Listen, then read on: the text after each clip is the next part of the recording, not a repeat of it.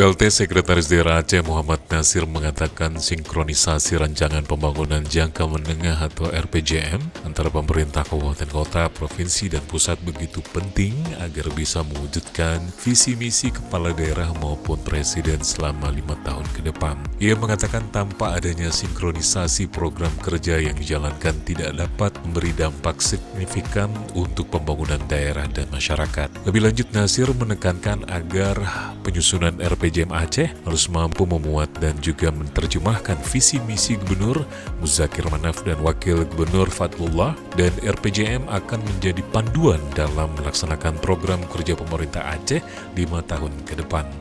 Nasir juga mengatakan adapun visi misi pemerintah Aceh 5 tahun ke depan diantaranya adalah menurunkan angka kemiskinan, mewujudkan swasembada pangan, dan membenahi infrastruktur.